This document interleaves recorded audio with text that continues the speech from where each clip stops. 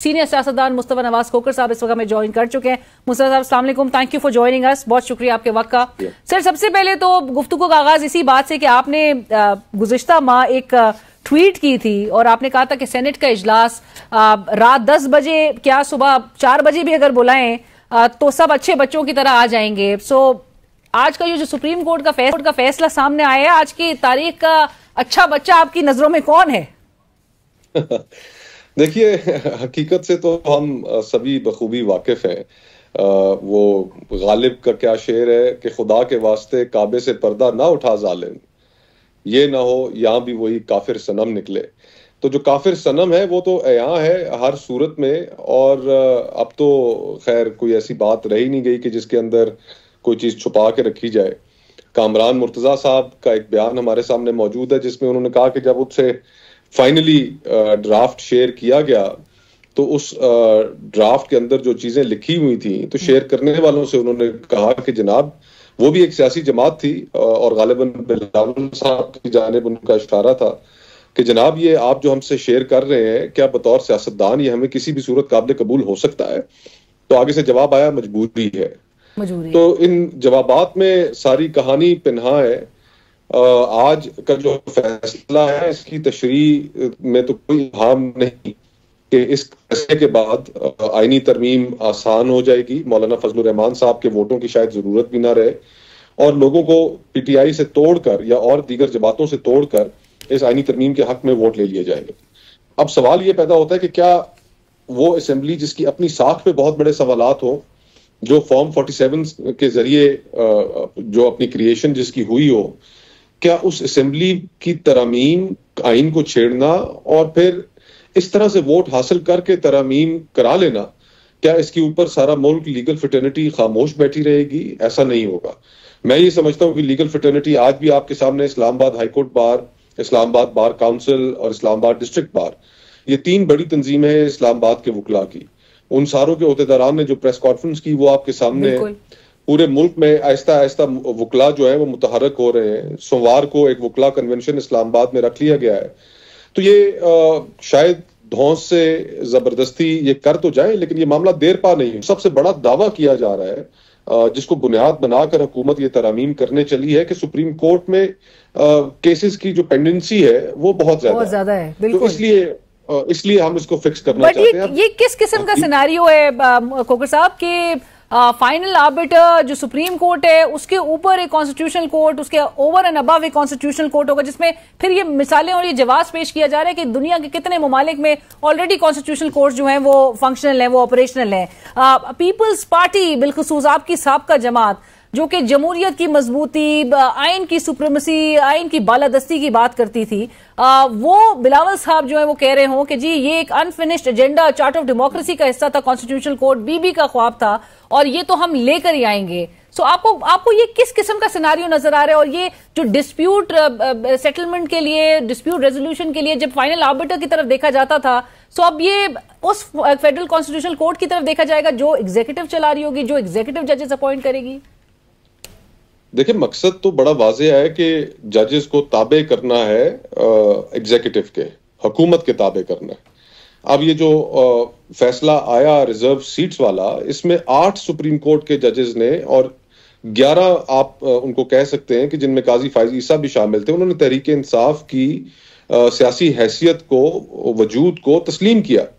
अब इस तरह के जो फैसले हैं वो हुकूमत के लिए काबिल कबूल नहीं है और इसीलिए फिर हुकूमत चाहती है कि ऐसी जुडिशरी हो जो कोई आवाज आगे से ना उठाए और हुकूमत के कहे जो भी अहकामात हो उन पर अमल करे। सो जजेस के पास जाके उन्होंने जुडिशियल रिफॉर्म्स की जब जैसी ही बात की तो फिर 12 जुलाई का वर्डिक्ट सामने आ गया।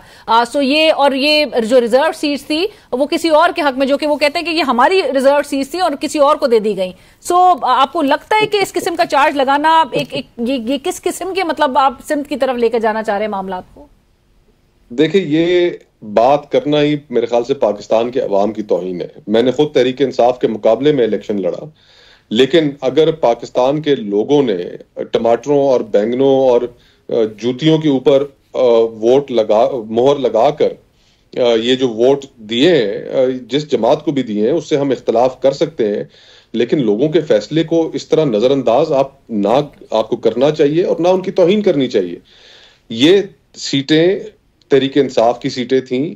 बाकी जमातें इसको माले गनीमत की तरह समझकर उसके ऊपर झपट पड़ी। ये किसी तरह से भी जमहूरी अमल नहीं है।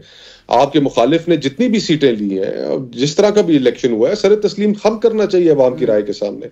आज कोई शख्स ये इन्हीं में से 4-5 लोग हैं शायद जो हुकूमत को मतलूब थे, जिनके साथ उनकी बातचीत हो चुकी है, जिसके लिए इस जजमेंट का इंतजार था। अदरवाइज तो हम तो इस मुल्क के अंदर कोई चीज नहीं छोड़ रहे। देखिए, डेमोक्रेसी आज इस मुल्क में बिल्कुल निचली सतह पे चली गई है।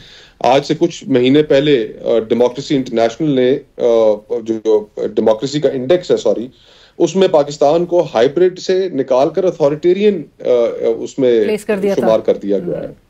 तो हम इस मुल्क को कहां लेके जा रहे हैं? आज सियासत मीनिंगलेस हो गई है, पार्लियामान का वजूद मीनिंगलेस हो गया है। आज की जजमेंट के तनाजुर में तो इसको इसी तरह से पेश किया जाएगा मुस्तफा साहब की पार्लियामेंट आज जो है वो बहरहाल आजाद हो गया है। पार्टी का जो नज्म ज़ब्त है वो पार्लियामेंट के बाहर अगरचे जरूर अप्लाई करेगा, लेकिन पार्लियामेंट में सब आजाद होंगे। आपको क्या लगता है खोखर साहब, सिंध हाउस में सफाइयां हो रही होंगी? देखिए, टाइमिंग के हवाले से तो सबको एतराज है। मैं खुद ये समझता हूं कि ये जो फैसला है इसमें पार्लिमानी बादशाहतें कायम कर दी गई थी। हमारी जमातों के अंदर वैसे भी इख्तिलाफ राय की गुंजाइश नहीं होती, और ये 63A की जो पहले इंटरप्रिटेशन की गई थी बंदयाल साहब की जानिब से, मेरे ख्याल में वो ठीक नहीं थी। लेकिन ये टाइमिंग ऐसी है कि इस टाइमिंग के नतीजे में जो हुकूमत के लिए एक रास्ता साफ किया गया है, इसके ऊपर बहुत से लोगों को एतराज है। और जाहिर बात है, यहाँ पर तो अताउल्लाह मेंगल साहब अख्तर मेंगल साहब ऑन रिकॉर्ड है, जमात के सरबराह हैं, उनके 2 सेनेटर्स थे और वो ऑन रिकॉर्ड है कि मेरे सेनेटर्स को हरासा किया जा रहा था इस बिल के लिए वोट लेने के लिए। तो ये तो अब कोई ढकी छुपी बात है नहीं, लोगों को अगवा कर लिया गया था। एक साहब ऑन रिकॉर्ड है, तहरीक इंसाफ ऑन रिकॉर्ड है कि उनके एक MNA को फैसलाबाद से अगवा किया गया, वो नहीं मिले। फिर आपने खुद भी बल्कि कहा था कि आपके दोस्त जो है वो कॉल करके आपको कह रहे थे कि इस्लामाबाद से बाहर जाने की इजाजत नहीं है। हाँ, तो ये हम सब के इल्म में तो है ना, लोगों को महबूस करके रखा हुआ था इस्लामाबाद में 3 और ये मजीद बढ़ेगा अब आपके ख्याल में? जी हाँ, अब तो जाहिर बात है ऐसा होगा। और लेकिन आप सवाल ये पैदा होता है कि आपके नतीजे में आप तो जब पार्लियामेंट में होते थे तो आप तो बड़े कैमरे भी पकड़ते थे, तो अब आपको क्या सिनेरियो नजर आ रहा है? देखिए, उस वक्त भी हालात ऐसे ही थे कि जिसमें जो सियासी जमातें हैं वो फैसला करने में आजाद नहीं थी। आज भी हालात वही हैं, बल्कि उससे बदतर हो चुके हैं। अगर इमरान खान साहब का दौरे हुकूमत हाइब्रिड था, पिछली PDM की हुकूमत अगर हाइब्रिड प्लस थी, तो आज हम हाइब्रिड प्रो मैक्स को देख रहे हैं। मुल्क को अगर हमने ठीक डगर पर डालना है, सुलझानी है चीजें, तो सबको दिल बड़ा करना होगा, अपनी गलतियां तस्लीम करनी होगी और सियासत को स्पेस देनी होगी। ऑपोजिशन का एक किरदार है मुल्क की सियासत के अंदर, उस किरदार को बर्दाश्त करना होगा। और साथ ही साथ मैं ये भी कहना चाहूंगा कि उसमें बड़ी जमात जो है तहरीक इंसाफ, उनकी भी गलतियां हैं कि वो किसी पॉलिटिकल पार्टी के साथ एंगेज नहीं करते, किसी को लेजिटिमेट स्टेक होल्डर नहीं समझते, हर वक्त यही कहते हैं कि हमने एस्टैब्लिशमेंट से बात करनी है। तो उनको भी अपने रवैये के अंदर तब्दीली लेकर आनी होगी, ये तभी मुल्क आगे चल पाएगा। पोलराइजेशन बहुत बढ़ गई है और ये पोलराइजेशन खुदा न खास्ता हमें किसी गलत मुकाम पर ले जाएगी। राइट। और अब तो लेकिन खान साहब खुद भी कह रहे हैं कि एस्टैब्लिशमेंट से अब बात ही नहीं करनी है, बट जो कुछ जिस नहेज पे मामलात आ चुके हैं, खोखर साहब आखिर में जरूर जानना चाहूंगी आपकी मजीद एडवाइस भी क्या होगी, एक तो अपने उनके बंदे बचाने के भी हवाले से, क्योंकि ऑलरेडी वो अपनी स्ट्रैटेजी चेंज कर रहे हैं। उनके एहतजाज में उन्होंने कह दिया है कि MNAs लीड नहीं करेंगे क्योंकि उनको डर है कि जी गायब ना हो जाए मजीद। ऑलरेडी कुछ 2-4 जो है वो उनके राब्ते में है भी नहीं। और दूसरी बात ये कि कल जो ये एहतजाज करने जा रहे हैं, आज वजीर दाखिला मोहसिन नकवी साहब ने बड़ी वार्निंग इनको दे दी है कि कोई नरमी नहीं बरती जाएगी, एडवांस में बता दे रहे हैं वो, और उनको बता दिया कि जी दफात लगाई जाएंगी और दफात में भी कोई नरमी नहीं होगी। सो आपको क्या लगता है अभी ये मामला कल के रोज और फिर आगे SCO भी स्केड्यूल्ड है, ये क्या सिनेरियो नजर आ रहा है आपको? ये इंस्टेबिलिटी किस हद तक पीक पे जाती हुई दिखाई दे रही है? देखिए, हाल तो आज मौलाना फजलुर रहमान साहब ने बड़ा अच्छा तजवीज़ किया है। उनका हुकूमत आईनी तरमीम को आगे ले जाए और अपोजिशन एहतजाज को मौखर कर दे। SCO कॉन्फ्रेंस हो रही है और मलेशिया के वजीर आजम भी यहाँ पर मौजूद हैं। मुनासिब अमल नहीं है कि जब इस तरह गैर मुल्की वफूद यहाँ पर हो और सड़कों के ऊपर जुडो कराटे चल रहे हो, आंसू गैस चल रही हो, तो ये सबको एक एक कदम पीछे हटना पड़ेगा। शहर जो है वो चौक तो बंद हो। जी, पिंडी इस्लामाबाद अभी आज से हमने हफ्ता 10 दिन पहले देखा किस तरीके से पूरा का पूरा शहर बंद कर दिया था, दोनों शहर बंद कर दिए थे ऑलरेडी सर। आज से पूरी कंटेनर्स प्लेस्ड है, रेड जोन बंद कर दिए, कंटेनर्स इस्लामाबाद में लग गए हैं।